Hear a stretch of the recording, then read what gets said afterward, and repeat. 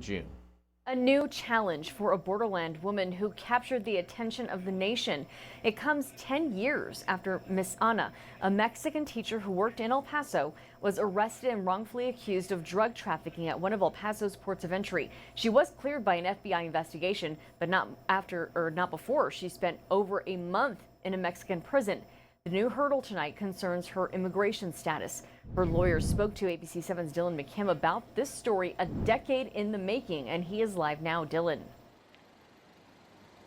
Stephanie, in May of 2011, Ana Isela Martinez Amaya's life changed drastically right here in the express lane at the Stanton Port of Entry when Mexican soldiers found over 100 pounds of marijuana in the trunk of her car. She was confused about how it got there. Today, that confusion remains, but not about the marijuana. It's confusion about her immigration status. It's absolutely unfair to have me here because I'm not guilty. I'm not a drug dealer. I've been an honest person my whole life. This was Ana Isela Martinez Amaya's plea for help from inside a Mexican prison back in 2011. Just days before, Mexican soldiers found over 100 pounds of marijuana in the trunk of her car. She swore she didn't know how it got there.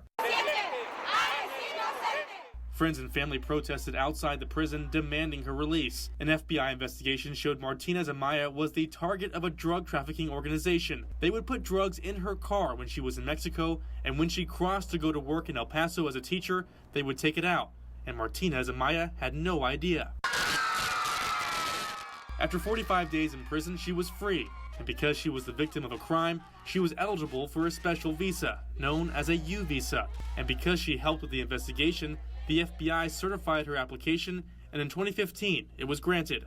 She moved her family to El Paso, where she continues to work as a teacher and now owns a home. In 2019, they became eligible to apply for permanent residence. But after 2 years of waiting, bad news. The U.S. Citizenship and Immigration Services sending this letter of intent to revoke her U visa. They claim there was an error back in 2015, but it's not specific. Martinez Amaya's lawyer speaking out to media Tuesday. She's built an entire life on the assurances by the U.S. government that absent some sort of shortcoming on her part, like criminal activity, that she would be allowed to remain here. And so all we're asking is that the U.S. government uphold those assurances and fulfill their commitment. In the letter, the USCIS says, quote, "The information in your record does not support that you were the identified victim in a criminal investigation and not identified as having been a victim by the FBI." Martinez Amaya's lawyer does not understand that, and neither did we. We asked USCIS about this, but have not heard back.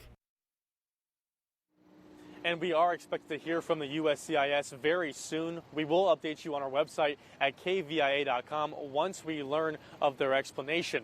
Now, it's important to note as well, the attorney, Pamela Munoz, also reached out to the FBI for assistance in this case, but they denied it. Martinez Amaya now waits for USCIS to make their final decision. Reporting live at the Stanton Port of Entry, Dylan McKim, ABC 7.